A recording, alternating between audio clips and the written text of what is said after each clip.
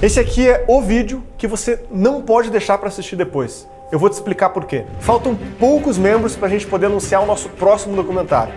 Então, se por algum motivo você ainda não é um membro da Brasil Paralelo, eu tenho aqui algumas novidades que são exclusivas até o dia 30 de abril, até o dia 30 desse mês. Somente até o dia 30 você vai ter acesso a mais de 30 entrevistas exclusivas que aprofundam nos temas do Pátria Educadora. São mais de 40 horas de conteúdo, a maratona de debates, ao conteúdo estendido, mais de 40 minutos de conteúdo adicional na trilogia Pátria Educadora, a bibliografia. Você ainda tem acesso ao grupo exclusivo de Telegram para a gente debater temas importantes para o futuro do Brasil Paralelo e os eventos presenciais que acontecem em todo o Brasil. Se você esteve aqui com a gente até agora, assistiu os documentários, gostou, recomendou, entende que é importante que isso continue acontecendo, esse é o momento para você passar por lá de cada mesa e se tornar um membro patriota da Brasil Paralelo, financiando as nossas próximas produções. A gente fica muito agradecido por todas as pessoas que decidiram se tornar membros da Brasil Paralelo. É sempre importante reforçar que a gente não recebe dinheiro público, vocês são os únicos financiadores da gente e vocês estão viabilizando a continuidade desse projeto.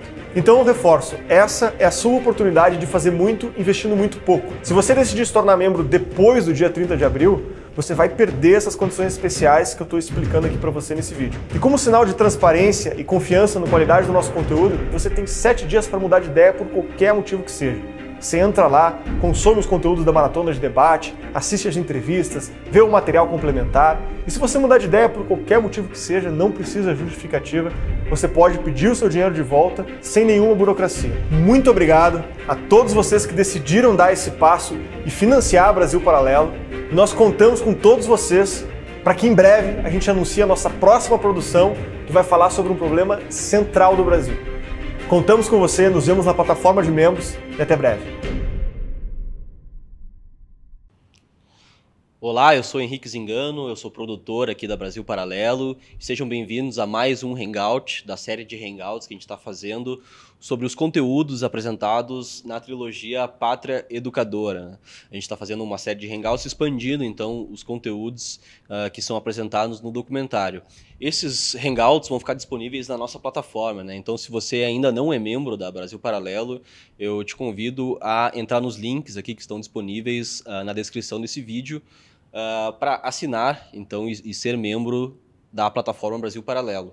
Lá dentro você vai encontrar uma variedade de conteúdos diferentes que não estão aqui no nosso canal do YouTube, como aulas, programas diversos, podcasts, coisas que você vai fazer uma autoeducação, né? Você vai encontrar coisas que não estão disponíveis, digamos, para o grande público na internet e muito menos nas universidades, né? A nossa plataforma funciona como um Netflix, né? Você assina, vira membro e entra nela para assistir, então, nossas aulas, cursos, programas e uma variedade de conteúdos lá.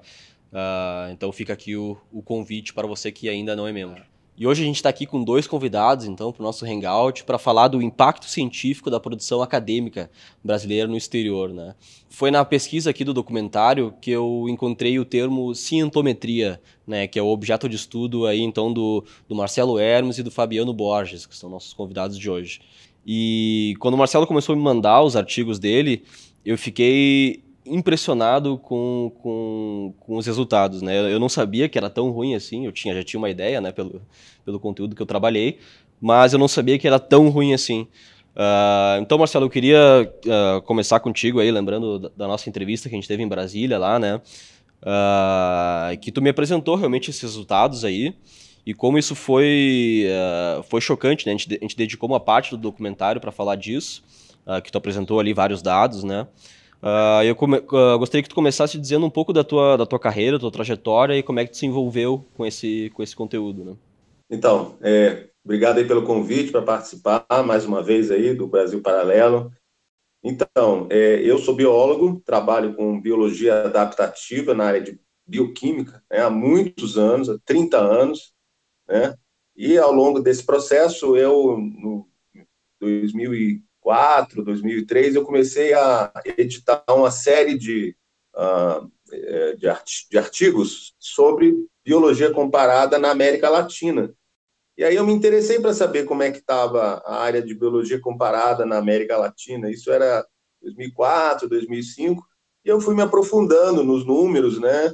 Eu passei inicialmente daquela ideia de que o Brasil é um grande produtor de artigos, que continua sendo verdade em números, mas eu comecei a descobrir que, quando a gente olha, naquela época já, para impacto, nós não éramos grande coisa, né? Então, eu comecei a acompanhar esse processo desde 2004, né? A gente está em 2020, e comecei a ver que tudo que se falava no Brasil sobre a ciência brasileira era justamente o oposto da realidade, né? Então, eu virei uma voz dissonante sobre isso, né? E nos últimos 2 anos, eu intensifiquei mais, né? Escrevendo, dando palestras, né? E trabalhando em conjunto com o Fabiano, da CAPES, né? E culminou, assim, as últimas coisas, né? Com essas apresentações no próprio Brasil Paralelo, né? Então, assim, ao longo desse processo, mostrando o impacto da ciência brasileira em várias áreas, não só o Brasil como um todo, mas várias áreas, e comparando o Brasil com alguns países em Sim, específico. perfeito. E o Fabiano, ele escreve os artigos contigo, então a gente está aqui com o nosso outro convidado, é o Fabiano. Tudo bom, cara? Prazer aí. Bom, prazer. Primeiramente, obrigado pelo convite, obrigado pela oportunidade de falar aqui com vocês do Brasil Paralelo. Parabéns pelo trabalho, obrigado, Marcelo. Bom, nós começamos a discutir esses assuntos antes de iniciar o governo Bolsonaro. E a gente começou justamente a unir as informações que nós tínhamos, por exemplo, orçamento, investimento, né? E chamava muito a atenção quando a gente dialogava sobre essa questão de quanto o Brasil investiu e quanto a gente tem de resultado. Então, unimos esforços nesse sentido para tentar entender o que estava acontecendo, o que aconteceu nos últimos 20 anos, né? Então, nós começamos a fazer algumas comparações do Brasil com alguns países, né? E o que nos chamava a atenção, que à medida que nós comparávamos o Brasil com países que eram extremamente atrasados do ponto de vista econômico e científico nos anos 90, nós estávamos nos afastando, né? Então, unimos esforços nesse sentido, para tentar entender todo esse processo. Então, praticamente 2 anos para cá, a gente uniu um banco de dados grande, comparando dados com relação à economia, PIB, per capita, impacto científico, orçamento, e a gente vem fazendo esse trabalho comparando o Brasil com o resto do mundo, né?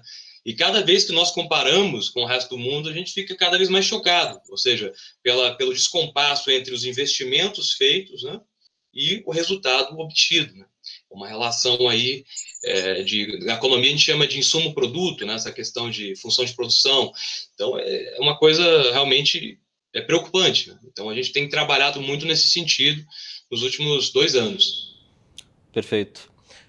Eu queria saber de vocês, uma coisa que eu também tinha dúvida na época que entrevistei o Marcelo, como é que se mede esse impacto, né? Porque é difícil tu pegar um novo estudo científico sobre alguma coisa e saber qual é o verdadeiro impacto na ciência disso, né? Então existem métodos de medir. Como é que funcionam esses métodos?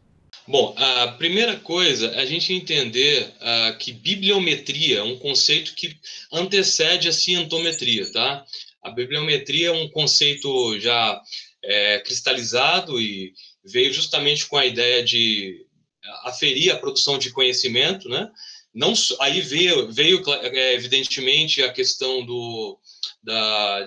de catalogar livros, artigos, né? E a cientometria, ou cienciometria, né? Também conhecido, tem esses dois termos, né? Surgiu nos anos 60 e teve muito impacto nos Estados Unidos, né? E a cientometria, ela é entendida como ciência da ciência, na literatura, sociologia da ciência, e vários indicadores começaram a ser montados desde então, né? E com base principalmente nas citações recebidas, né? Mas um ponto importante, a cientometria, diferentemente da bibliometria, não se resume só às citações. Envolve também a questão da gestão científica, envolve os investimentos estão colocados à mesa, certo? Ou seja, a gente tem que analisar o que a gente produz de ciência com a gestão científica. A cientometria presume outras ferramentas que vão além das técnicas bibliométricas. No entanto, existem inúmeros indicadores, né? E eu acho que a grande contribuição do Marcelo, ele teve a sacada já há muitos anos de perceber um indicador que é extremamente sensível ao tempo, né? Então, a gente tem inúmeros indicadores. Se vocês entrarem no site da CAPES ou Clarivate, várias empresas internacionais têm seus indicadores, né? Então, a citação é o que a gente chama de variável proxy, ou seja, a gente não tem como observar claramente a qualidade. Como é que a gente vai aferir qualidade de milhares de artigos produzidos todos os anos? Nem que a gente tivesse prédios soviéticos para analisar 80 mil papers produzidos pelo Brasil. É impossível. Então, você tem que pegar por amostragem, etc. Então, existem ferramentas, né, quantitativas para a gente aferir isso. E o principal variável proxy, né, que a gente chama na estatística, é a citação. Só que o ponto importante é que essas citações, né, presumem indicadores diferentes. E o Marcelo percebeu, por meio de citação por publicação, CPP, que era extremamente útil. E realmente a gente vem comparando com outros indicadores e a gente tem observado que o CPP realmente é incrível, principalmente para comparar a produção do país, né? Vamos ver o que o Marcelo tem a dizer. É exatamente isso, né? A centometria, ela não se resume apenas à análise pura e simples de citações e artigos, mas uma conexão com a economia. Então, vou dar um exemplo, tá?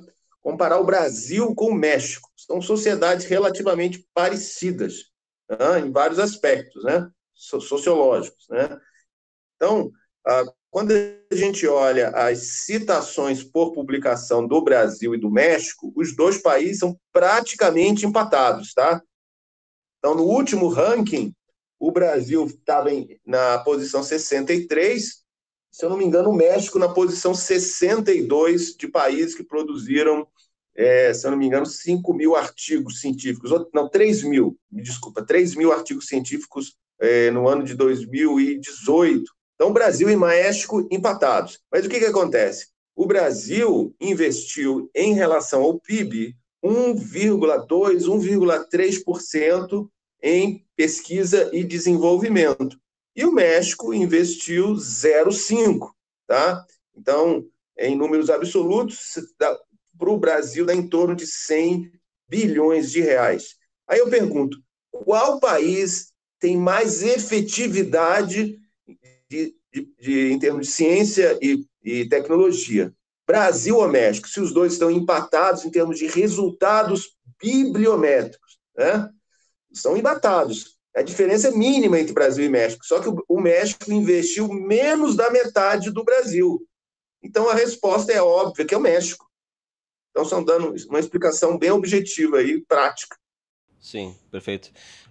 E, Marcelo, entrando nessas áreas das ciências brasileiras, né, de humanas, ciências exatas, dá um panorama geral do Brasil comparado a países aí de primeiro mundo e países similares, por exemplo, da América Latina. Dá só um geral assim, para a gente lembrar qual é a situação real do Brasil, né? Então, na própria apresentação que é do Brasil Paralelo, né, do Pátria Educadora, foi mostrado, né, a posição do Brasil em relação aos maiores países da América Latina, né? Se eu não me engano, uma lista de 12 ou 13 países, eu não estou me lembrando, fazendo de cabeça. E o Brasil estava em antepenúltimo lugar, né? O último lugar é Cuba, que sempre é Cuba, né? E em penúltimo, Venezuela, que nos últimos anos Venezuela caiu nessa posição triste por causa, né, do desastre econômico. Então, o Brasil, que é o maior produtor de ciência da América Latina, ele é o antepenúltimo lugar em impacto entre os grandes países, né? Quer dizer, é uma posição muito desfavorável, né? E quando a gente pensa que o Brasil é o país que mais investe disparado em ciência e tecnologia em relação ao PIB, né, fica a ficha queima mais ainda, né? A esquerda vai dizer que eu ataco a ciência, que é um absurdo, né? Eu sou um cientista, né? já publiquei muitos trabalhos, tenho uma teoria científica, minha obra é citada mais de 6.000 vezes, então não estou interessado em atacar a ciência, estou interessado em consertar a ciência, né? Que ela seja custo efetivo, porque quem paga grande parte da ciência é o povo ou os empresários, né? Então a gente quer que a ciência tenha uma efetividade, termo de custo e de impacto, né? Então, outro exemplo, o Chile tem o impacto da ciência do Chile é bem superior à do Brasil, de cabeça mais ou menos uns 40% melhor. Entretanto, o Chile investe menos de 0,4% do seu PIB em pesquisa e desenvolvimento. Então, aí, novamente, eu pergunto, quem tem mais efetividade, Brasil ou Chile? Quer dizer, então a resposta é óbvia, né? Respondendo aí sobre a América Latina aí. A gente fez alguns estudos recentes, né? O nosso primeiro estudo foi sobre a Estônia, né? Eu vou deixar o Fabiano falar que ele adora a Estônia, ele é apaixonado pela Estônia. Posso dar um passo atrás, que o Marcelo mencionou de ciência e tecnologia, certo? Eu queria destacar uma questão conceitual, tá? Hoje em dia utilizamos a sigla CTII, certo? Ciência, Tecnologia e Inovação. Existe uma confusão enorme, conceitual, desses três institutos, certo? Ciência e tecnologia, historicamente, são desvencilhados, tá? Ou seja, se nós pensarmos qual foi a primeira grande invenção da história da humanidade, primeira grande invenção tecnológica, foi a agricultura. A Revolução Neolítica há 10.000 anos. Ninguém estava com método científico bolado, entende? O método científico é uma outra grande invenção da história da humanidade. A ideia de você observar, ter uma hipótese, testar, né, e coletar resultado é algo incrível. Né? Só que não existia essa ideia. Só que, historicamente, os dois institutos foram caminhando por caminhos diferentes. Porém, eles se encontram no século XIX, certo? Justamente com o advento da segunda revolução industrial, com a indústria farmacêutica e química, a ciência e a tecnologia começam a se unir. Tá? E a inovação, onde fica? A inovação já é um outro instituto que as pessoas confundem demais. A inovação, ela pode ser tecnológica ou não. Se eu tenho uma empresa e eu crio uma marca, uma forma organizacional, é inovação, mas não é tecnológica. Então, existem inovações tecnológicas, existem inovações não tecnológicas. E existe ciência que dá sustentação para a tecnologia. E existe ciência que não dá sustentação para a tecnologia. E aí existe uma discussão acadêmica sobre ciência pura, sobre ciência aplicada. Eu não vou entrar muito nesse mérito, porque senão vai ficar muito complexo, certo? Só que o ponto importante é que a ciência e a tecnologia no século XX, elas se unem mais ainda, principalmente em torno do Estado, tá? Após a Segunda Guerra Mundial, as políticas científicas, né, institucionalizaram, né, se institucionalizaram no sentido de o Estado vai começar a mostrar formas, né, de usar a ciência em torno da sua política, certo? E imagina, pós-Segunda Guerra Mundial, estamos falando aqui de cientometria que surgiu nos anos 60. Então, hoje, o momento, século XXI, é resultado disso que eu acabei de falar. Só que é muito fácil para a política, né, misturar esses três institutos e mostrar que sempre estamos faltando. Nossa, precisamos mais de investimento público. E muitas vezes não é verdade, porque você quebra toda a cadeia de incentivos. Nos artigos que escrevemos, sempre eu falo sobre isso. Não é só uma questão de quanto você coloca em dinheiro ali, é 1, 2, 3 bi. Isso não é o ponto. Se você quebrar todo o sistema de incentivos de uma sociedade, você pode triplicar o orçamento que não vai funcionar.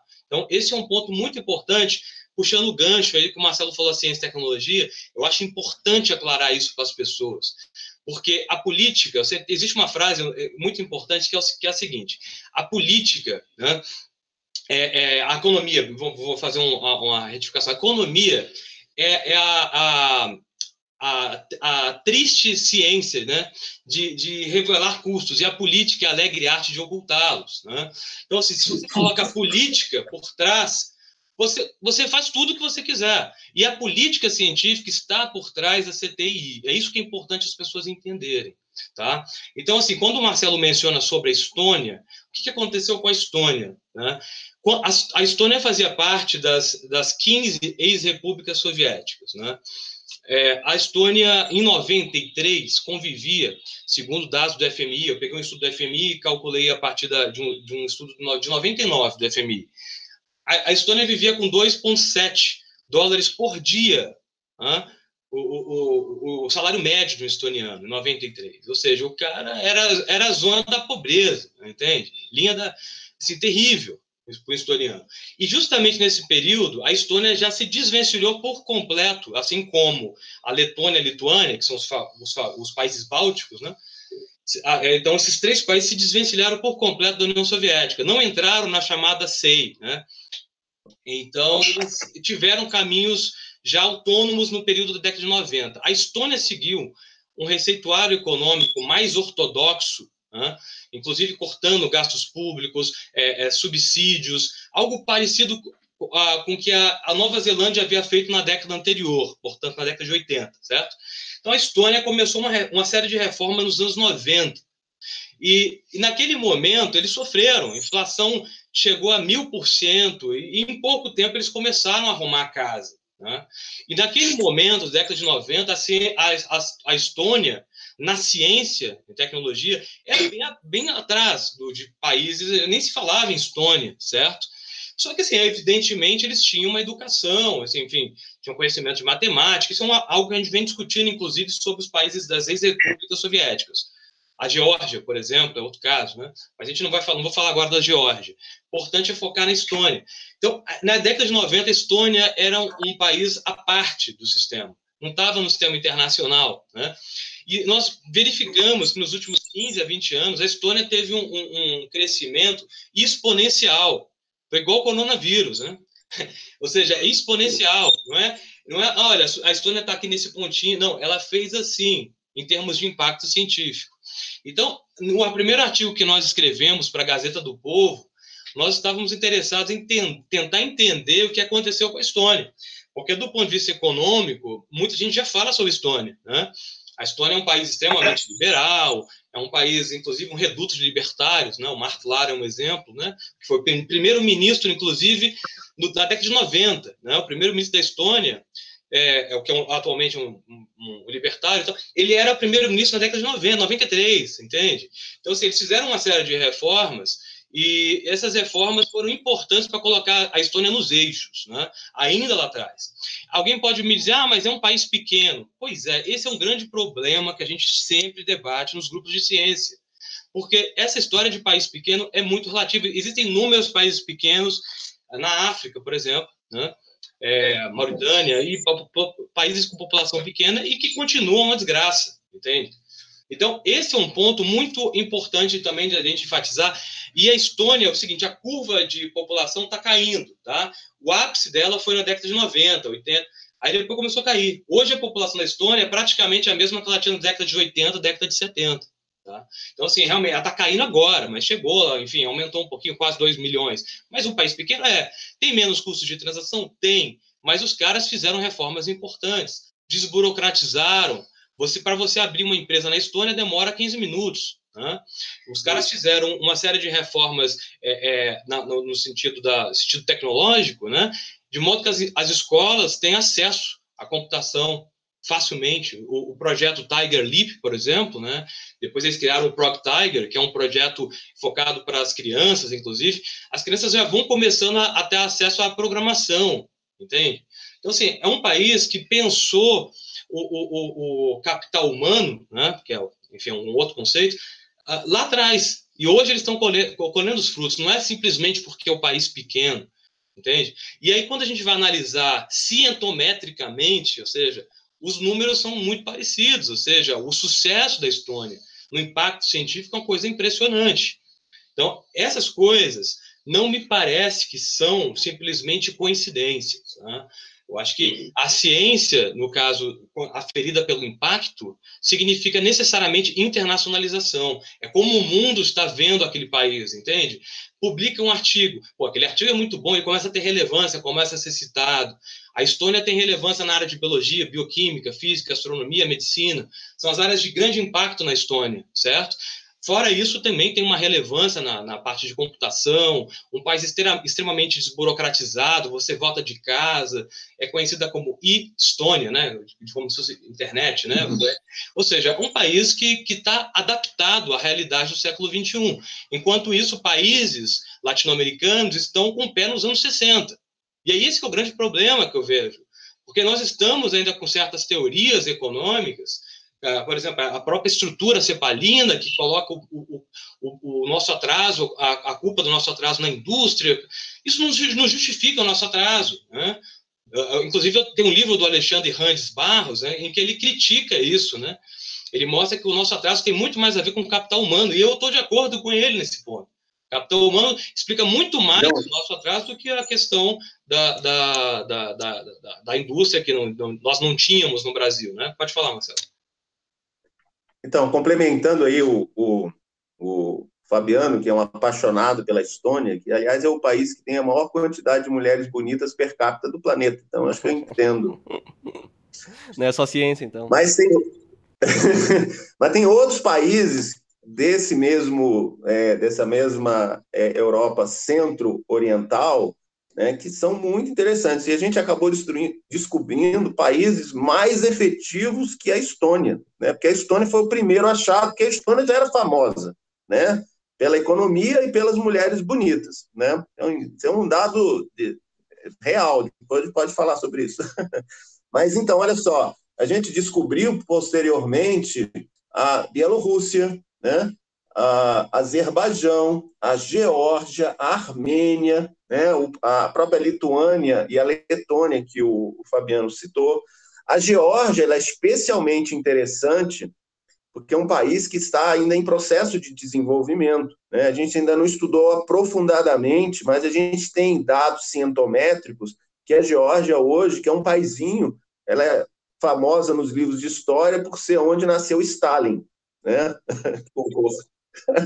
Então, e ainda é um país que tem uma renda per capita, inclusive abaixo do Brasil. O Fabiano depois pode me corrigir se eu estiver errado. Mas eles estão numa curva de crescimento, e crescimento vertiginoso. Agora, o que é interessante na Geórgia, e a gente está observando isso em outros países da Europa centro-oriental, né? Todos que são ex-domínios soviéticos, né? Ou da própria União Soviética, ou eram países da Cortina de Ferro. Que são países que estão aumentando o PIB per capita ano a ano, tá? E o impacto da ciência, né, que são as citações por paper, né, em relação a gente sempre usa um referencial que é a Suíça, tá? Não é que a Suíça seja a melhor, mas é uma espécie de um padrão ouro, né? Então tem países que ultrapassaram a Suíça. A Geórgia já ultrapassou a Suíça há vários anos. Então a gente consegue comparar todo mundo em relação à Suíça ano a ano, né? Então a gente verificou, por exemplo, que a Armênia, Geórgia, Azerbaijão, todos eles ultrapassaram já a Suíça recentemente, né? E tem outros países que estão subindo, como a Hungria, a Lituânia, a Letônia, né, a Bielorrússia, né, que em algum momento irão ultrapassar a Suíça em impacto. Agora, o que é mais interessante, isso é o dado que ainda não foi, não está ainda, não é do conhecimento ainda da comunidade de economia, tá? A gente mostrou isso num artigo sobre a Hungria, que a Hungria é um dos países mais desenvolvidos desse conjunto de países, né? Então, a gente mostrou que há uma correlação quase perfeita entre a melhora da economia, né, que é o aumento do PIB per capita corrigido por poder paridade de compra, né, e pela inflação, e o aumento do impacto científico em relação à Suíça. Então, há um paralelismo. Depois eu mando esse resultado, vocês podem mostrar, né? É incrível, é um R² acima de 0,8, 0,9, eu não estou com esse número agora aqui, mas é um resultado impressionante. Isso no caso da Hungria, e a gente vê isso na Estônia, não tão perfeito, a gente vê isso na Geórgia, então é um objetivo da gente analisar o que acontece nessas ex-repúblicas socialistas. A minha teoria geral é o seguinte, são lugares que viram o pior dos mundos, né? Viveram um mundo soviético, socialista, né? O que é o atraso, né? É um pouco do que a gente está começando a ver hoje, né? Com o autoritarismo de certos governadores. Então, assim, eles viram o pior dos mundos, então eles estão fazendo tudo para sair. Isso é uma interpretação minha, né? O Fabiano poderia falar alguma coisa. Só dar mostrar um dado, por exemplo, a Hungria, né? Eu descobri a Hungria recentemente, sim, né? Desculpe, eu me interessei pela Hungria porque uma ex-aluna minha de laboratório foi fazer doutorado na Hungria. Eu falei, mas o que você foi fazer na Hungria, né? Eu nunca imaginava que a Hungria pudesse ser alguma coisa realmente importante. Quando a gente foi ver os números, né? A Hungria hoje está em segundo lugar do mundo em impacto em medicina. Um dos primeiros também lugares do mundo em física em impacto, né? Você vê as curvas de impacto subindo, assim, impressionante, muito bem colocado também em geologia, né? Então não é um grande país, mas também não é um paizinho pequenininho, né? E é um lugar que você nunca ia imaginar. Puxa, a Hungria, né? Mas ali só os turistas conhecem a Hungria, né? Geralmente a pessoa vai na Áustria e acaba viajando para a Hungria, nunca é o destino primário. Sim, dizem que é Então, lindo assim, lá,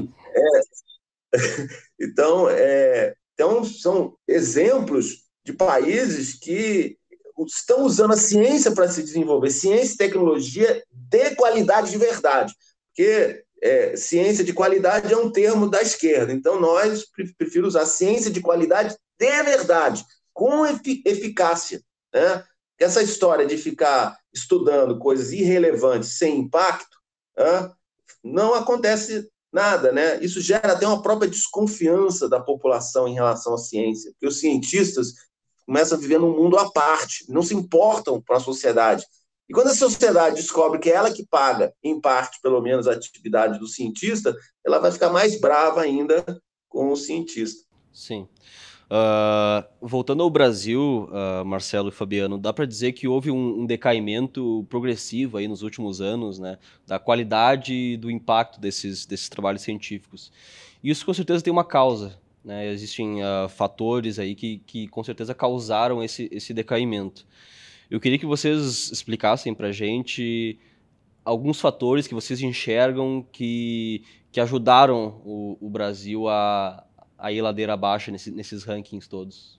Bom, eu queria fazer uma consideração conceitual. Marcelo mencionou Suíça, certo? Isso é muito importante, tem que esclarecer isso. Por que a Suíça é o padrão ouro ao qual o Marcelo fez referência, certo? Se a gente analisar impacto, a gente tem que analisar isso em uma linha do tempo, tá? Isso faz sentido numa linha temporal de 15 a 20 anos. A gente vê se a curva é ascendente, decai, etc, etc. E o que acontece com a Suíça? À medida que eles aumentam a quantidade de papers, ou seja, a Suíça, agora, se eu não me engano, está por volta de quase 50 mil. Você lembra, Marcelo? Com base na Scopus, eu não sei exatamente, mas acho que está por volta de 50 mil. Eu acho que no momento na Scopus está por volta de 50 mil. Ou seja, à medida que a Suíça vai aumentando a quantidade de papers, o impacto vai junto, certo? O problema é que existem nações que aumentam a quantidade de papers e o impacto faz isso, certo? Cai. Isso eu tenho inúmeras modelagens já prontas que mostram isso. Eu vou dar um exemplo para vocês entenderem. Em 96, os Estados Unidos era o primeiro país que mais produzia papers já no mundo. Sabe qual era a colocação dos Estados Unidos? Segundo lugar. Ou seja, 96 para agora, né, os Estados Unidos têm aumentado muito a quantidade de papers, só que o impacto não está indo junto, entende? Então, para a gente entender como funciona a variável CPP na análise dos países, temos que analisar pelo menos os 20 países, numa linha temporal de 20 anos. Isso eu tenho aqui nos meus dados. Tá? O Marcelo, a gente faz análise em conjunto, mas ele também tem os dados dele, tem os meus, e de vez em quando a gente confronta isso, certo? Então, eu vou dar outro exemplo para vocês terem uma noção dessa análise. Brasil, na década de 90, 98, o Brasil estava aí por volta de 21º, 20º na produção quantitativa mundial, certo? O Brasil produzia por volta de 9.000 papers, né? O que aconteceu? O Brasil teve uma explosão por volta de 2005, 2006. Passou a Suíça na quantidade de papers, certo? E em 2009, foi matérias, saíram matérias na Folha, em várias fontes tradicionais de mídia. O Brasil agora, 13º produtor de conhecimento científico mundial, ultrapassou a Holanda, certo? Então, o que acontece? Quando há esse aumento expressivo de papers, o que a gente observa muitas vezes é que, quando há o aumento, há uma tendência em diminuir o impacto, o que não é observado em certos países. A gente citou a Estônia, mas o mesmo foi observado no Catar, na Arábia Saudita. Em alguns países, a gente observa, a gente analisa a derivada, a taxa de variação, né? Ou seja, quanto que aumenta o papers e o impacto vai cair, ou não. Entende? Para as pessoas entenderem isso, vai ter que gastar horas nos bancos de dados científicos e fazer testes, né? Como a gente faz, simula gráficos. Então, isso que eu estou explicando é importante, porque se as pessoas não entenderem isso, vai ser muito fácil de criar espantalho. Por exemplo, a Suíça, eu nunca vi falar na Suíça, porque os Estados Unidos é muito melhor na tecnologia. Volta o meu ponto inicial. Ou seja, vamos diferenciar ciência e tecnologia, são coisas diferentes. Às vezes, andam em conjunto, mas nem sempre. Então, no caso suíço, estamos falando de ciência e produção cientométrica. Deixa o Marcelo... Então, aproveitando aqui, dando continuidade, né, que o Fabiano está explicando ali o fato, né? O que está acontecendo? Né? Ele está descrevendo o fenômeno. Agora, é importante a gente entender a causa, o que levou a isso, né? Então, o Brasil, na era, né, digamos, na era do PT, né, vamos ser claro aqui, fez um gasto muito grande, estatal, para que houvesse maior quantidade de pesquisas, né? Contratou muitos professores, a quantidade de professores de universidades federais aumentou em mais de 50%, né? O famoso o programa Reúne, né? Abriu novas universidades, expandiu. Meu próprio instituto praticamente aumentou em uns 50% o número de professores, pesquisadores, onde eu trabalho, né? Isso no Brasil inteiro. Então, mais pesquisadores, né? Com mais cursos de pós-graduação, que aumentou em mais de, se eu não me engano, mais de 400% a quantidade de cursos de pós-graduação no Brasil, né? Tudo aumentando. Então, a quantidade de trabalhos começou a aumentar muito. E uma pressão para que cada indivíduo publicasse mais. Então, assim, não apenas mais pesquisadores, mas que cada pesquisador publicasse cada vez mais. E aí vem a questão mais importante de tudo. A ciência, eu venho repetindo isso há 10 anos, né? Quase que um disco arranhado, né? A ciência é uma atividade artesanal, a ciência da descoberta, né? Ou a tecnologia, né? Das invenções, né? Das invenções brilhantes, né? Para resolver problemas, requer calma, requer pensar, requer errar, né?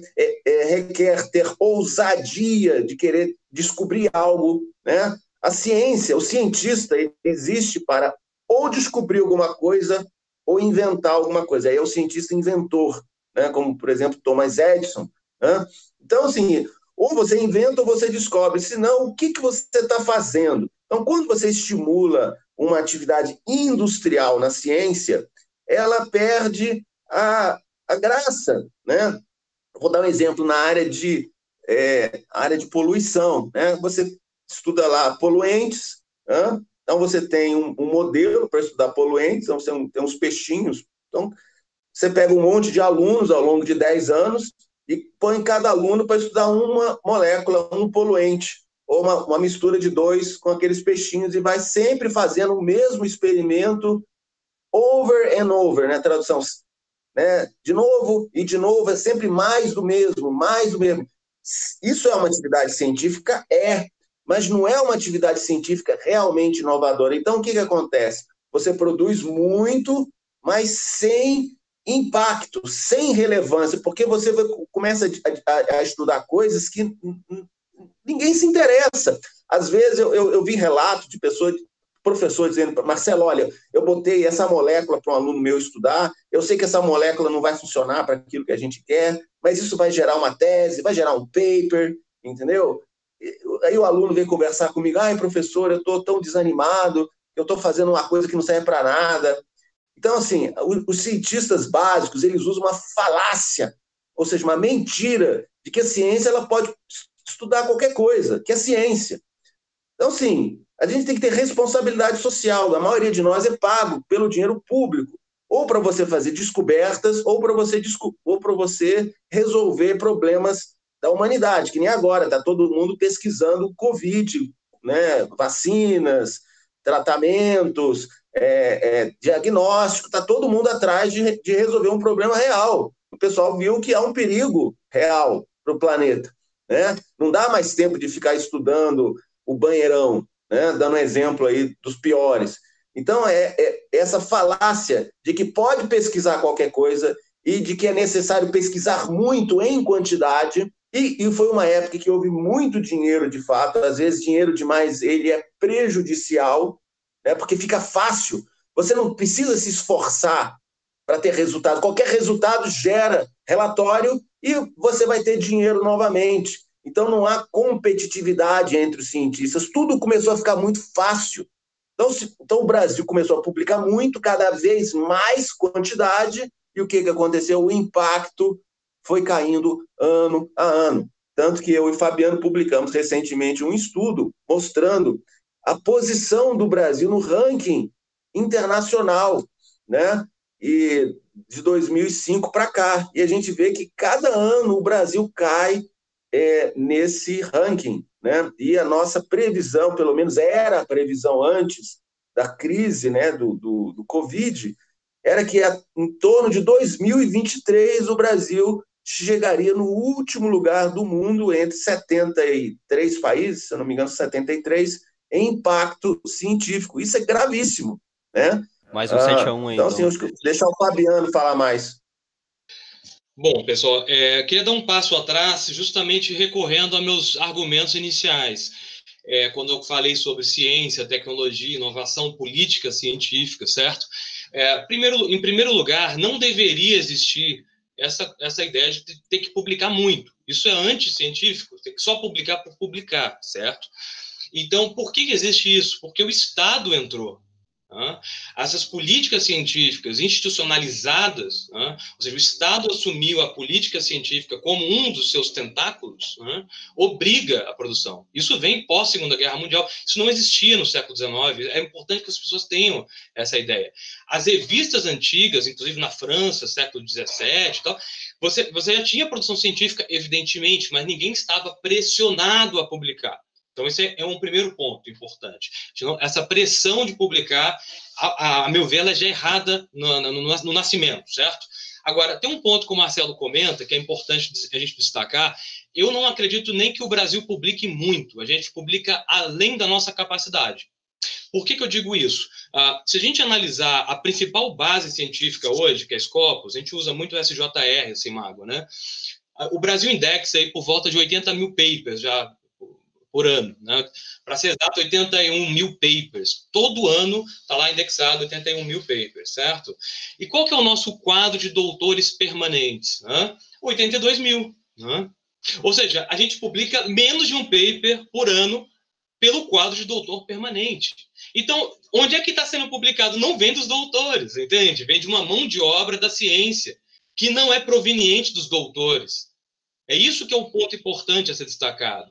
A gente publica muito porque a gente tem muita gente. A gente é o 6º país mais populoso do mundo. Né? Perdemos agora, recentemente, para o Paquistão. Está com 216 milhões de pessoas. Né? Mas a gente está muito próximo do Paquistão. A gente é a 5ª, 6ª nação mais populosa.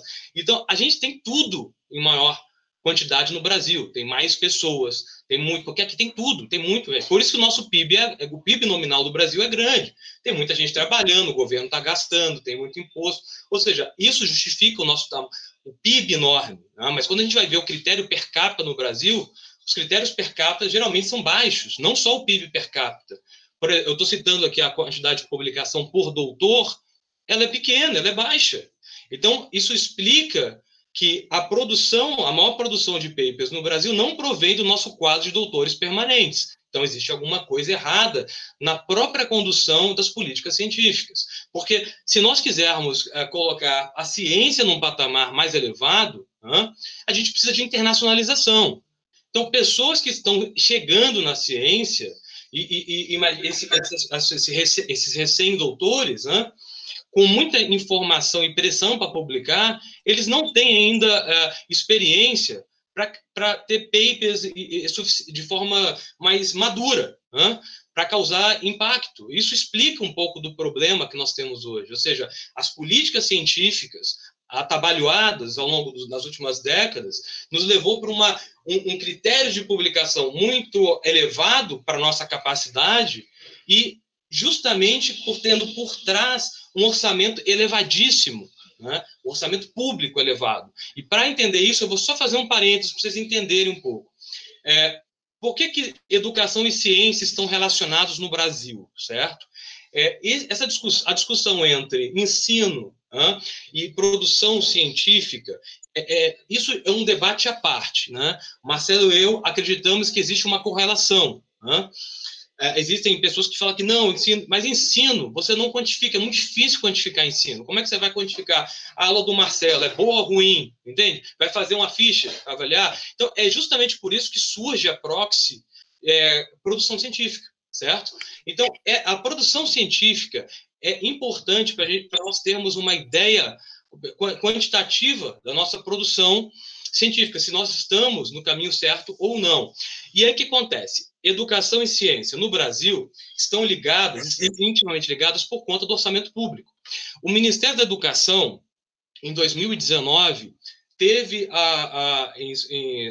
sua dotação em 149 bilhões.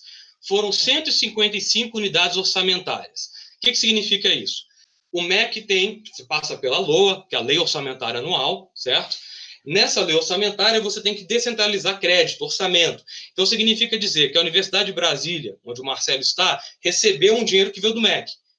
As universidades federais não entram as estaduais, tá? É outro critério. Mas a UFC, a UNB, a Universidade de São Paulo, todas essas universidades recebem o dinheiro que vem do MEC. Esse montante é de 149 bilhões, que estão divididos em 155 unidades orçamentárias. Como a nossa produção científica provém mais de 90% das universidades e não do setor privado, no caso brasileiro, é razoável supor que a nossa produção científica está relacionada com a educação. Então, é justamente as universidades públicas que produzem esses papers. Então, essa relação orçamento da educação e ciência, no caso brasileiro, deve-se por esse motivo. Porque nós estamos dentro desse escopo estatal, né, de produção científica por meio do Estado, entende? Então, é razoável supor que nossa análise esteja em conjunto, né, em conformidade com as orientações do próprio MEC, porque o Marcelo tem que produzir, ele recebe o dinheiro que está chegando para pagar o Marcelo na Universidade de Brasília, vem do MEC, que por sua vez vem de impostos, né, e o Marcelo tem que publicar conforme normas da CAPES, que é uma fundação pública ligada ao MEC, ou seja, é uma entidade separada, né? Ela é uma fundação, juridicamente uma fundação pública, mas ela está ligada ao MEC. E é ela que estabelece o sistema de incentivos do Brasil. Ou seja, se eu tenho que publicar 3 papers, deve-se a CAPES. Ou seja, a CAPES utiliza-se de ferramentas, né, que vão estabelecer o sistema de incentivos do Brasil. Então, se a gente não entender isso, não é possível dar o segundo passo. Entende? Aí volta aquela frase inicial que eu falei. A economia é triste ciência de revelar custos, e a política é a alegre arte de ocultá-los. Pode falar, Marcelo. Eu achei que colocou um ponto importante da questão das universidades, né? Porque se fala muito, não há incentivo para as universidades, né? O gasto público com as universidades federais, que a gente tem mais contato com esses números, é da ordem de entre 50 e 60 bilhões de reais, né? Isso sem contar os institutos federais. E aí, quando a gente olha, né, qual é a posição e impacto das universidades brasileiras, né? Então, a nossa melhor universidade, de acordo com o índice do Leiden, de 2019, né, o que apareceu no Brasil Paralelo foi o de 2018, que mostrava a Universidade Federal de Santa Catarina em primeiro colocado. Então, como ano a ano muda um pouquinho, o atual é a Universidade Federal do Ceará, mas está abaixo de 700. Então, a nossa melhor universidade está entre 1.000 universidades do mundo, em 700 em impacto científico. Quer dizer, é inaceitável um país que é a 8ª ou 9ª economia do mundo, aí o Fabiano, que entende melhor esses números, não tenha uma universidade, umazinha, entre as 100 ou entre as 200 melhores em impacto científico. Mas em outros rankings aparece melhor, porque outros rankings, como o DAN, o ranking QS, o ranking Xangai, eles incluem outros indicadores que são um pouco qualitativos, como reputação científica, né? Então, por exemplo, a reputação acadêmica. Por exemplo, a USP, que está abaixo de 700 em impacto científico, em reputação, ela está no mesmo patamar assim de Oxford, de Stanford, né? Que a reputação é o que as pessoas acham dela, né? Uma coisa é o que você acha, outra coisa é o que ela é. Então, é muito importante a gente ter muita clareza da realidade se a gente quer mudar a realidade para melhor. Acho que esse é uma coisa importante, né? E é da universidade que sai o conhecimento científico. 80% a 90% do conhecimento científico produzido no Brasil e tecnológico vem das universidades, né? Então, essa relação entre ciência e ensino, ela é muito, muito importante. Perfeito. Eu queria... vocês dois trouxeram a quantidade o volume, né, de artigos, papers que o Brasil publica, né? Que é um volume muito grande para a quantidade de pessoas que a gente tem. A gente apresentou num documentário como os governos dos últimos 20 anos aí do PT, como eles criaram muita universidade e como eles criaram muita matrícula, principalmente, né? E essas matrículas, elas se deram através de programas como o FIES, o ProUni, né?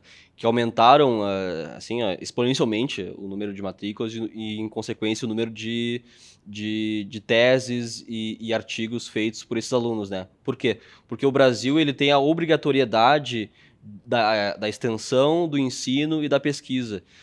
Na tua entrevista, Marcelo, para o documentário, tu trouxe isso aí me impressionou bastante, porque até tu comparou com outros países que não têm essa questão obrigatória do docente fazer essas três coisas, né? O ensino, ou seja, da aula, a fazer pesquisa, que é a academia, e mais a extensão, que a gente pode conversar sobre ela depois. Qual é o grau de malefício que essa obrigatoriedade das três áreas traz para a ciência brasileira, na visão de vocês? Toda possível. É extremamente maléfico você obrigar o pesquisador, o docente, vamos chamar de docente, né, ser eficiente, ou tentar ser eficiente tanto em ensino, quanto em pesquisa, quanto em extensão. Extensão foi eu vou dizer que a minha opinião, para mim, é uma excrescência do jeito que ela é, criada na Constituição de 88, né, a Constituição mais ditatorial que a gente que a gente tem conhecimento, né? Então, por exemplo, eu estou dando essa entrevista aqui, né? Ela poderia ser considerada extensão, mas para isso eu tenho que inscrever um formulário de extensão, não sei o quê. Se burocratizou a atividade de extensão. Eu e Fabiano, a gente publicou mais de 20 artigos de jornal no ano passado. Quanto que isso contou para mim em extensão? Nada, porque eu teria que me inscrever num protocolo burocrático de extensão. Então, o que acontece? A origem da universidade, lá atrás, na Idade Média, é o quê? O professor, né, ou ele tem duas funções, tá? Estudar conhecimento, né, manter o conhecimento existente, vivo, e estudar novas coisas. E formar pessoas para o mercado de trabalho. Então, sempre foi estudar e formar gente. Só que aí criou-se também a extensão. Então, é impossível que um pesquisador ele seja bom nas três coisas, né? E muitos pesquisadores, eles fazem, o docente, vamos falar assim, fazem pesquisa por pura obrigação. Se você baixar uma lei hoje, desobrigando o professor universitário a fazer pesquisa, eu bato uma aposta aí, põe, como se diz aí, um cenzão na mesa, de que um terço dos professores das universidades federais, que é onde eu conheço, iriam imediatamente parar de fazer pesquisa, na hora, né? Então, eu acho que isso aí forçar uma pessoa que não tem vocação para pesquisa, fazer pesquisa, você está fazendo o quê? Obrigando a pessoa a produzir conhecimento de baixo impacto. Ele até pode fazer um trabalho honesto, né? Não estou entrando nessa seara da desonestidade, não. Ele até pode fazer um trabalho honesto, mas não o fará com amor, não o fará com a dedicação necessária à ciência. Jamais pode se aproximar de um Isaac Newton, né, de um Hans Krebs, né, do ciclo de Krebs, etc. Né? Aliás, não se espera que um pesquisador brasileiro seja extremamente bom. Vou dar um exemplo. Na Universidade de Brasília, para você ser aprovado para professor titular, você tem que ter uma série de pontuações. Então, por exemplo, de 100 pontos, se você tiver o prêmio Nobel, você ganha 2 pontos. 2 pontos. Então, vale 2 pontos na UNB, o prêmio Nobel. Então, qual é o incentivo para você ser um bom pesquisador? Se você for um péssimo pesquisador, mas produzir alguma coisa, ou um excelente pesquisador, um prêmio Nobel, o seu salário é o mesmo. Então, não há incentivo nenhum para você ser bom pesquisador, e o professor que não gosta de pesquisa, aquele professor de sala de aula, ele é obrigado a fazer pesquisa. Então, você gera um volume muito grande de produção acadêmica que é feito sem o devido compromisso. Então, obviamente que isso estraga o resultado. Só para dar um outro exemplo, no México, a Universidade do México, a UNAM, né, que é uma das maiores universidades do mundo, lá eles têm os institutos e as faculdades. Então, num deles, o docente ele é contratado para fazer pesquisa, que são nos institutos, e ele pode dar aula, se ele quiser.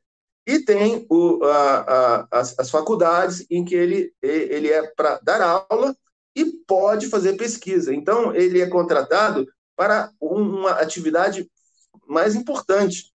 Outro exemplo, a Argentina. A Argentina, ele está bem na frente do Brasil em impacto. Tá? Apesar de ser um país que também investe muito menos do que nós, em torno de 0,5% do PIB, isso dados de 2017, porque agora deve estar muito degradado em termos de investimento. Tá? E agora, curiosamente, as universidades argentinas, em termos de impacto, não são muito diferentes das nossas. Então, como é que pode eles serem melhores do que nós? Eles têm 200 institutos de pesquisa espalhados no país, são pequenos institutos de pesquisa, cada um deles individualmente fica abaixo do radar. Então, você não consegue ver nos rankings esses institutos. Né? Então, o conjunto da produção acadêmica desses institutos faz com que a Argentina seja melhor que o Brasil em impacto, porque você pega os pesquisadores, coloca num local em que ele tem que fazer pesquisa, é o trabalho dele, e ele pode dar aula, ele pode se associar a uma universidade e dar aula. Então, dando exemplos, né, de até 2 países da América Latina que conseguem ter melhor efetividade que o Brasil, não usando esse mantra de ensino, pesquisa e extensão que, ao meu ver, é maléfico para o país. Perfeito. Fabiano, quer falar um pouco sobre essa obrigatoriedade aí da pesquisa, do ensino e da extensão? Não, é só puxando o gancho aí do FIES, na pergunta, tinha a ideia do FIES aí por trás, né? E eu vou usar essa pergunta aí justamente para aclarar meu ponto anterior com relação ao orçamento, tá? Porque quando eu mencionei de 149 bilhões do MEC, existem 2 unidades orçamentárias que são um pouco complexas de se compreender, tá? Uma delas é o FIES e Salário Educação. São justamente essas 2 unidades orçamentárias que elevam o orçamento do MEC para 149 bilhões de reais, tá? Então, o FIES está ali, sob supervisão do MEC, tá? Isso gerou uma confusão no ano passado, eu vi até uma matéria, alguém disse que o ministro falou que 149 bilhões está errado, são 122, não. São 149, que é justamente 122 bilhões, mais o salário educação e mais o FIES, que estão sob supervisão do MEC, tá? Isso é muito importante para ser aclarado, porque é muito complexo, quem não é da área, entender como funcionam as rubricas. Você tem que estar no CIOP, você tem que entender o que é dotação inicial, dotação atualizada, executado, separar o que é orçamento de financeiro. Isso é tão complexo que se você ligar na CAP segunda-feira, olha, quero orçamento do MEC dos últimos 15 anos, ninguém vai te dar. Entendeu? Se ligar no MEC, você vai ter que falar do setor de orçamento, é uma pesquisa que demora tempo, o cara vai ter que entrar no CIOP BI para puxar as informações, entendeu? Para você ter essas informações que eu estou passando para vocês, não é pronta entrega. Então, essas informações não são fáceis de serem rastreadas pela sociedade, entende? Esse é um ponto importante. Então, o salário, educação e FIES estão ali sob a supervisão nas unidades orçamentárias separadas, o que faz com que o orçamento do MEC se eleve para 149 bilhões.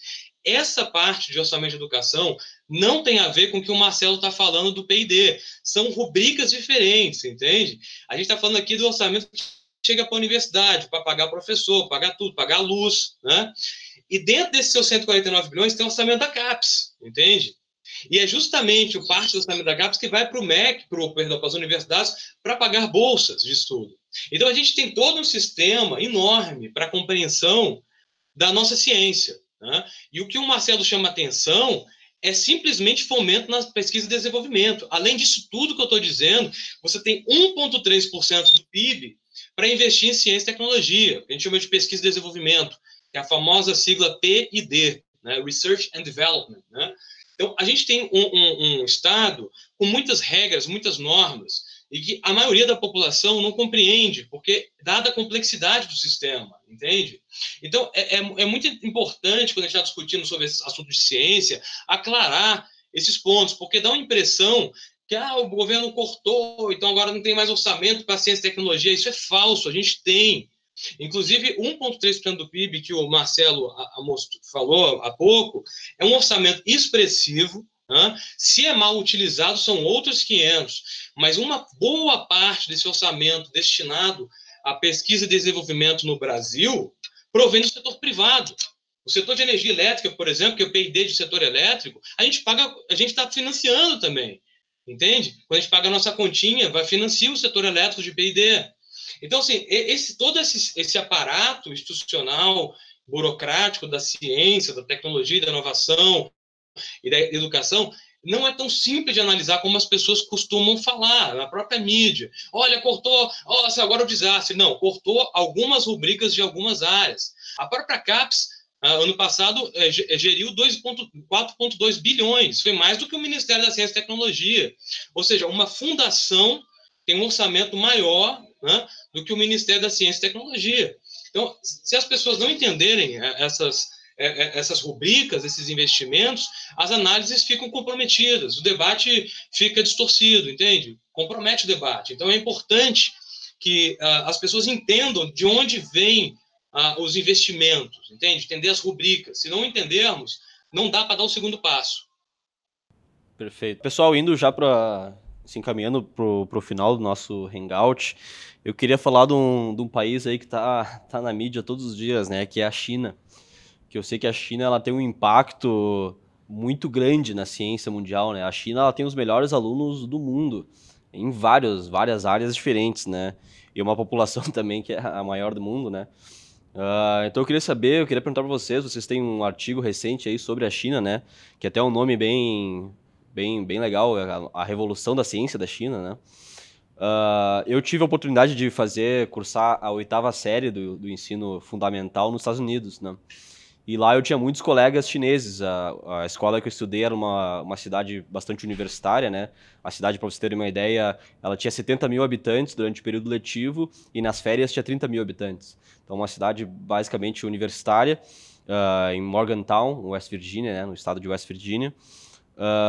E lá eu tinha muitos colegas no colégio que eram filhos de universitários, né? Assim como meu pai que estava fazendo pós-doutorado dele na universidade, eu tinha muitos colegas que também eram pais que estavam na universidade fazendo extensão, fazendo as suas teses, né? E muitos deles eram os melhores alunos da minha escola, né? Eles estavam sempre nas matemáticas mais avançadas, sempre tirando as melhores notas. Como é que vocês veem a China nesse negócio? Queria que vocês falassem sobre o artigo de vocês, sobre a revolução científica na China e por que a China é tão grande assim na ciência. Então, se eu começar a falar de números, depois o Fabiano pode falar mais questão mais conceitual. Então, a China ela começou a crescer muito em quantidade de artigos, tá? Já na virada do século XX para o século XXI, começou a crescer muito, né? Então, pegar um número aqui, em 2005, a China já estava com quase 200 mil artigos, 2000, né? Enquanto isso, os Estados Unidos tinha em torno de 500 mil artigos, né? Então, hoje, a China já publica mais de 600 mil artigos e os Estados Unidos ao redor de 700 mil artigos. Então, a China está praticamente alcançando os Estados Unidos em quantidade. Mas o que acontece em impacto? Então, da mesma forma que a China subiu muito em quantidade, durante alguns anos, a China manteve um impacto muito baixo, que isso está numa das figuras desse artigo que você citou, né? Então, até mais ou menos 2010, né, a China tinha um impacto científico muito ruim, já estava lá em cima em quantidade, e, de repente, a China dá uma subida imensa em impacto. Tá? Atualmente, China e Estados Unidos estão mais ou menos empatados em impacto científico, em impacto. Tá? E os Estados Unidos vem caindo em impacto científico, o Fabiano falou sobre isso, ano a ano os Estados Unidos vem caindo, especialmente a partir da era Obama, né? Os Estados Unidos vem caindo ano a ano e a China vem subindo. Né? Então, assim, um investimento maciço de grana, de treinamento de pessoal, de formação de universidades de altíssimo nível, né? De uma competitividade imensa, né? Eles têm um parque científico muito grande, então eles conseguem, nisso,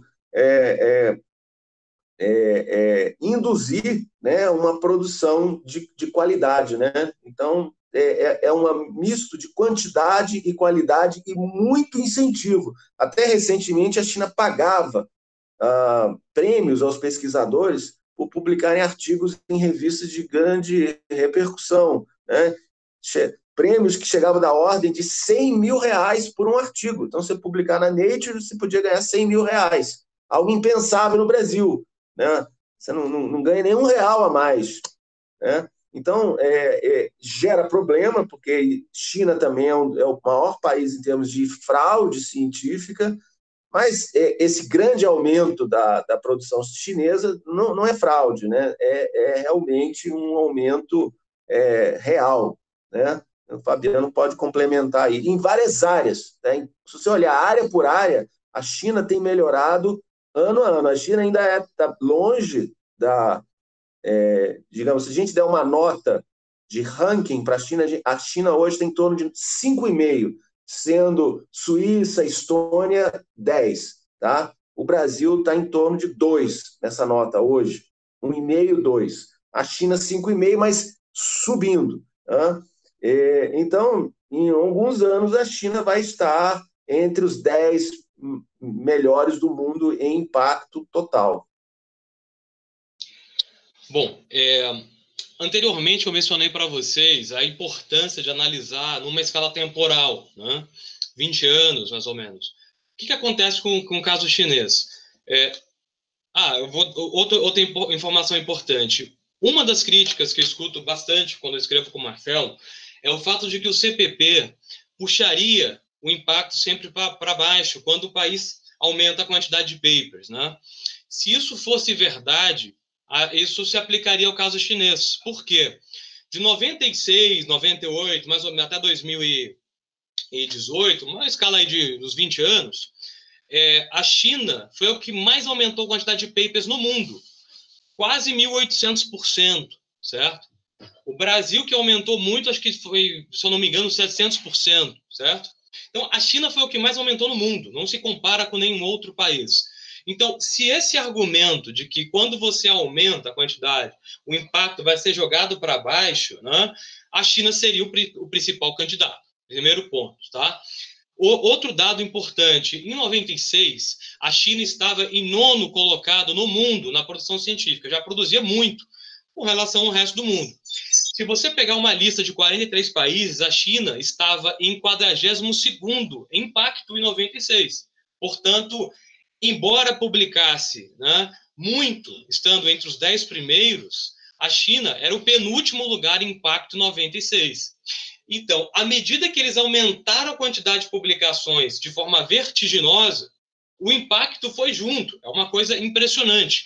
O Marcelo mencionou a questão das fraudes. Realmente, isso é importante. Só que a fraude por si só não explicaria esse movimento absurdo de quantidade de papers nessa magnitude e, ao mesmo tempo, que o impacto veio junto.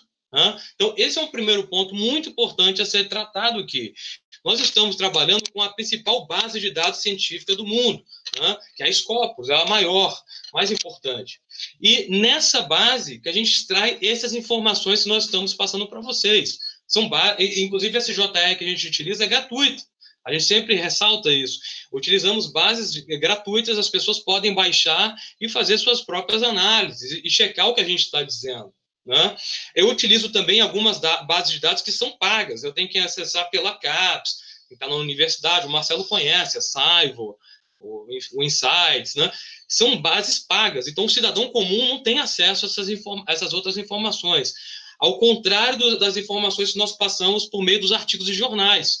Tudo que a gente coloca é extremamente franco, está lá a informação, basta as pessoas baixarem as informações, analisarem as informações, que vão entender o que a gente está dizendo. Né? Então, assim, tem esse ponto cientométrico, econômico, que é central no nosso argumento.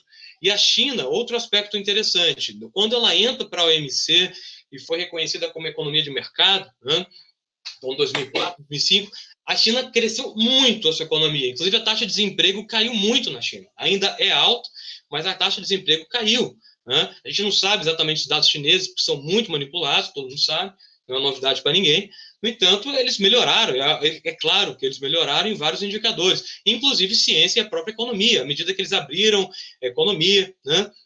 Foram reconhecidos como economia de mercado, entrou na OMC, começaram a mudar sistemáticas da educação. No exame PISA, a China, até mesmo não só a China continental, mas até a própria Taiwan, né, tem um bom desempenho. Hong Kong tem bom desempenho no PISA, por exemplo. A gente está fazendo estudo paralelo, né, Marcelo? A gente está tentando analisar a questão do PISA e o impacto científico. Eu estou com uma modelagem quase pronta aqui. Né? Então, assim, são inúmeros dados que nós temos para tentar mostrar como que alguns países estão se adaptando ao século XXI, se utilizando de forma adequada do capital humano, e não desperdiçar dinheiro público o tempo inteiro sob a excusa de que nós estamos investindo em ciência. Né? Então, esse é um ponto fundamental. A China tem seus tentáculos, né, na questão estatal, é super complicado a gente discutir sobre a burocracia chinesa. No entanto, os dados econômicos, né, não nos deixam mentir. E no caso da cientometria, a gente vê que o caminho é bastante similar. Né? Não sei se o Marcelo quer complementar. Então, complementando o que o Fabiano falou em relação à China, é importante a gente falar da Índia também, que é outro país imenso, com uma grande população. Né? Então, enquanto a China aumentou a quantidade de artigos e aumentou o impacto, o que acontece? A Índia também aumentou muito a quantidade de artigos. Se eu não me engano, a Índia está em 5º lugar do mundo em quantidade de artigos, enquanto China e Estados Unidos brigando pelo primeiro lugar. Né? O impacto da produção da Índia vem caindo, em paralelo com o Brasil. Né? Eu gosto de dizer que Índia e Brasil são irmãos gêmeos da ciência. Eles têm uma curva de comportamento de impacto na linha do tempo muito parecida. Eles melhoram e depois caem, em números muito próximos.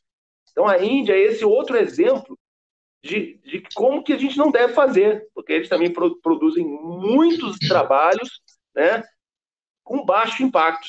Uma ou outra área específica na Índia que é realmente boa, né? Agora, a grande parte das áreas da ciência e da tecnologia são de baixo impacto.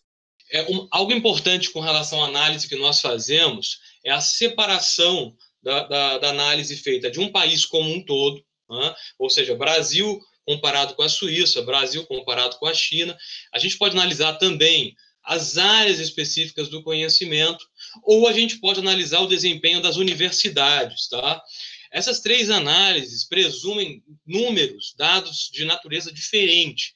No entanto, o que a gente vem observando é que essas análises, embora tenham números diferentes, são parecidas do ponto de vista do gráfico, tá?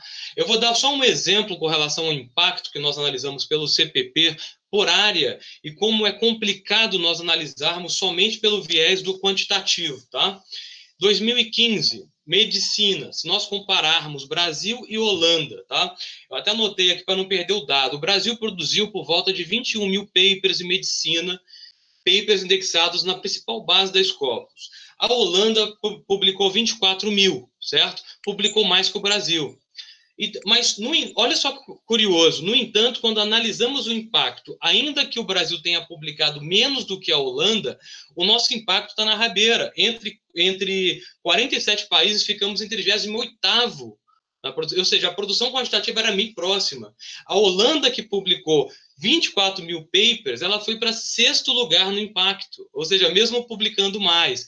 Aquele argumento, portanto, de que publica muito e o CPP faz com que desça o impacto, não procede, não faz sentido, isso é muito importante.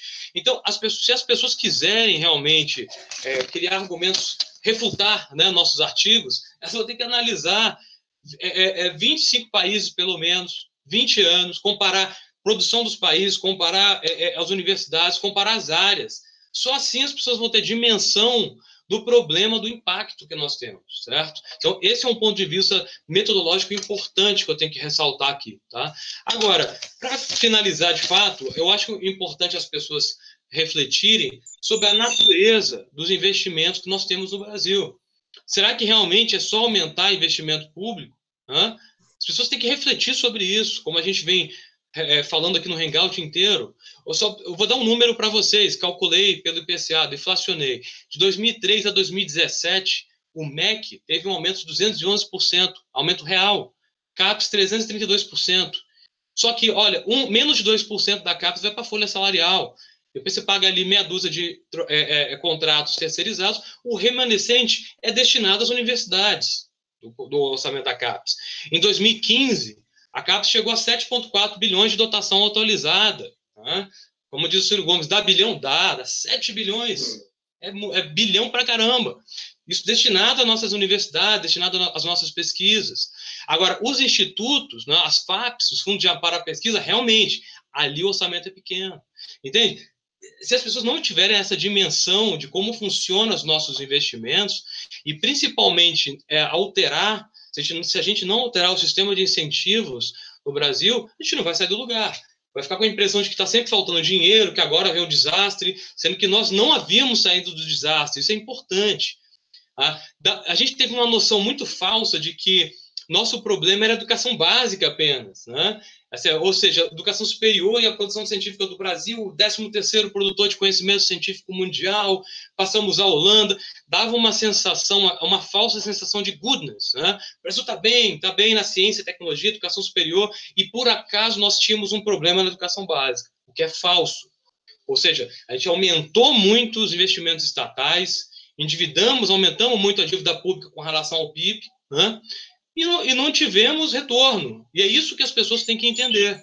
Né? Eu vou deixar eu não sei se o Marcelo tem alguma coisa para alguma consideração, deixo com vocês aí. E muito obrigado novamente pelo convite, pela oportunidade de falar aqui com vocês hoje. Abraço. Eu só concluir rapidinho aqui, só dar um número para o pessoal, tá? Em 2005, numa lista de 73 países, tá certo? Em termos de impacto científico, 73 países que mais produzem artigos, tá? O Brasil estava em 38º lugar, tá? 38º. E aí nós caímos para 73º, quer dizer, de 38 para 63. Olha quantos países ultrapassaram o Brasil nessa corrida. Se fosse uma corrida de Fórmula 1, a cada ano que passa, mais e mais carros ultrapassam o Brasil. Agora, um dado importante é que, em termos de impacto absoluto, o Brasil não caiu muito. A gente se manteve, a gente tinha em torno de... em 2005, a gente tinha 50% do impacto da Suíça, e hoje a gente está em torno de 45%.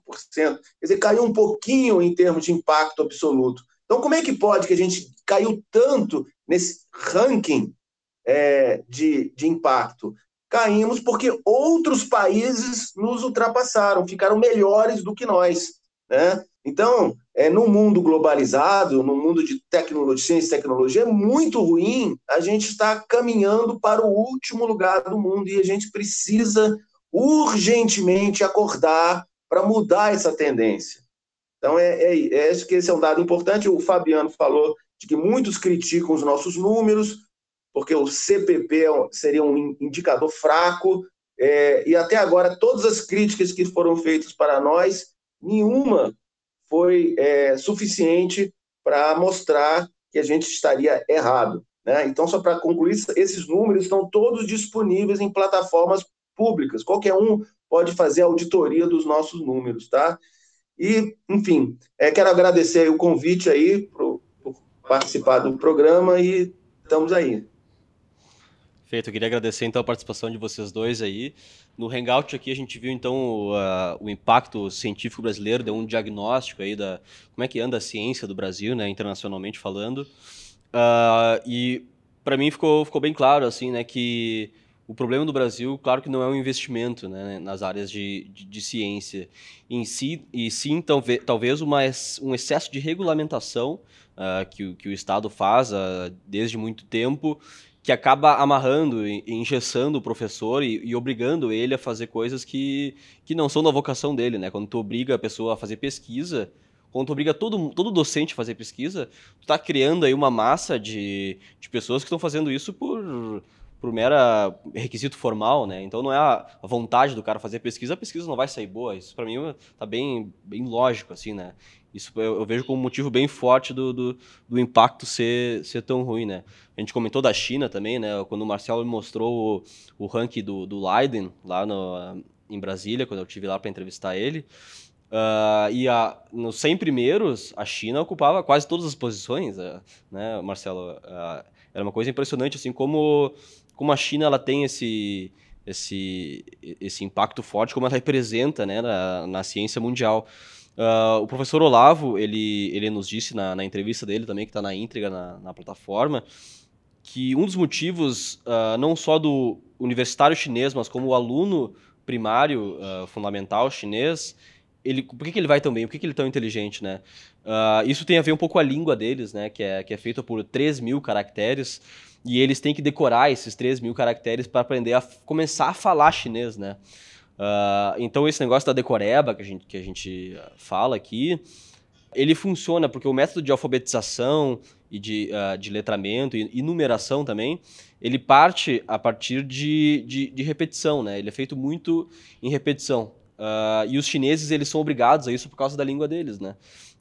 Então eles saem na frente disso, mas não só isso, eles têm daí depois incentivos para continuar a estudar, a pesquisar e melhorar a sua ciência, né? Então acho que é por isso que a China vai tão bem, né? Apesar de ser uma ditadura comunista implacável, né? Que a economia deles é dirigida, como a gente sabe, né? O partido decide investir onde ele quiser, quando ele quiser. Por exemplo, na construção civil, né? Que a China usou mais concreto nos últimos 10 anos do que os Estados Unidos na sua história inteira, né? Então a gente vê setores assim que a China decide investir, eles vão investir pesado. E acredito que a formação universitária e também de básica tenha sido um investimento muito forte do partido chinês, né? Então é isso, pessoal. Agradeço aí a participação de vocês mais uma vez. Agradeço aí, viu? Obrigado. Oi. Esse foi mais um hangout aí, então, dos assuntos que a gente tratou na trilogia do Pátria Educadora. Espero que tenham gostado. Não deixem de entrar na nossa plataforma, que está no link aqui na descrição, e conferir os conteúdos ali que são basicamente as entrevistas, né, que a gente usa para fazer os documentários. Eu gravo uma série de entrevistas e uso trechos dessas entrevistas para fazer ali as nossas grandes produções. Além disso, temos o núcleo de formação, né, para você que é o membro assinante. Você tem acesso aí a dezenas e dezenas de cursos sobre variados temas como a filosofia, política, história, sociologia, que realmente são temas e pessoas especialistas que tratam desses assuntos com uma seriedade muito grande. O Marcelo, se você quiser ver a entrevista dele, que foi usada no Pátria Educadora, a entrevista está lá também, está junto com as outras. E aguardo vocês então para os próximos Hangouts. E obrigado aí por acompanhar nosso trabalho. Não deixe de se inscrever, né? Obrigado, viu? Esse aqui é o vídeo que você não pode deixar para assistir depois. Eu vou te explicar por quê. Faltam poucos membros para a gente poder anunciar o nosso próximo documentário. Então, se por algum motivo você ainda não é um membro da Brasil Paralelo, eu tenho aqui algumas novidades que são exclusivas até o dia 30 de abril, até o dia 30 desse mês. Somente até o dia 30 você vai ter acesso a mais de 30 entrevistas exclusivas que aprofundam nos temas do Pátria Educadora. São mais de 40 horas de conteúdo, a maratona de debates, ao conteúdo estendido, mais de 40 minutos de conteúdo adicional na trilogia Pátria Educadora, a bibliografia. Você ainda tem acesso ao grupo exclusivo de Telegram para a gente debater temas importantes para o futuro do Brasil Paralelo e os eventos presenciais que acontecem em todo o Brasil. Se você esteve aqui com a gente até agora, assistiu os documentários, gostou, recomendou, entende que é importante que isso continue acontecendo, esse é o momento para você passar por lá de cada mesa e se tornar um membro patriota da Brasil Paralelo, financiando as nossas próximas produções. A gente fica muito agradecido por todas as pessoas que decidiram se tornar membros da Brasil Paralelo. É sempre importante reforçar que a gente não recebe dinheiro público, vocês são os únicos financiadores da gente e vocês estão viabilizando a continuidade desse projeto. Então eu reforço, essa é a sua oportunidade de fazer muito investindo muito pouco. Se você decidir se tornar membro depois do dia 30 de abril, você vai perder essas condições especiais que eu estou explicando aqui para você nesse vídeo. E como sinal de transparência e confiança na qualidade do nosso conteúdo, você tem 7 dias para mudar de ideia por qualquer motivo que seja. Você entra lá, consome os conteúdos da maratona de debate, assiste as entrevistas, vê o material complementar. E se você mudar de ideia por qualquer motivo que seja, não precisa justificativa, você pode pedir o seu dinheiro de volta sem nenhuma burocracia. Muito obrigado a todos vocês que decidiram dar esse passo e financiar a Brasil Paralelo. Nós contamos com todos vocês para que em breve a gente anuncie a nossa próxima produção que vai falar sobre um problema central do Brasil. Contamos com você, nos vemos na plataforma de membros e até breve.